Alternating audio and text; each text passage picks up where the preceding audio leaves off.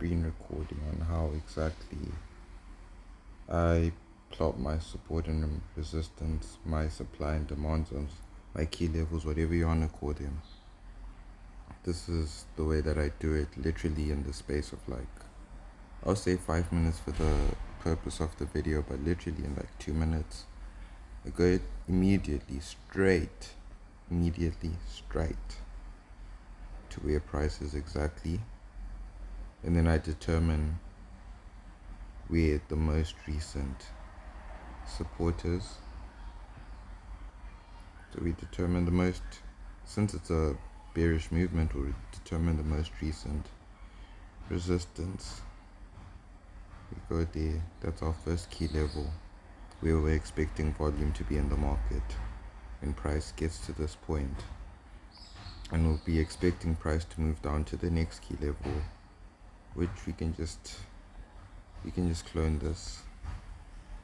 And the next key level for me will be the next support. Expecting that price will go somewhere to this point before another reaction comes out.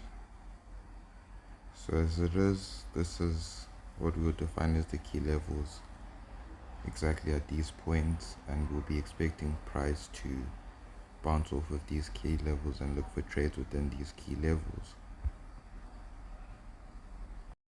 So the whole concept of key levels is not too complicated to understand, and that's the reason why I trade it exactly, because I don't have to think about it too much. I immediately know exactly where the key levels are, and from my knowledge and from my observation, almost 9 out of 10 times price is going to move in the direction of the key levels. So these are most likely the areas that most of the volume is coming in. Most of the traders are trading at these levels, and it also depends on the time that you decide to trade it. So if you decide to trade it in the Asian session, it's going to have less of an impact. If you decide to trade it at times where there's high volume, such as the London, the New York session, or the crossovers of the sessions, then the key levels will give you a much better area for you to actually pick out your patterns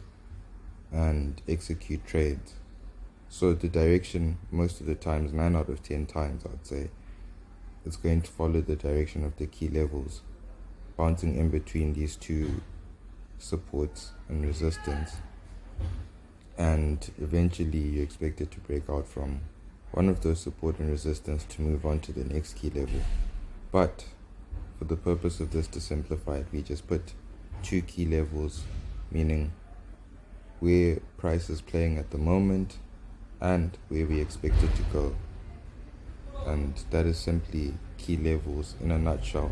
Literally takes you 2 minutes to plot your key levels and you're already done. And from there you can now start zooming into the charts, knowing that these are the areas where volume and traders have been trading according to that day.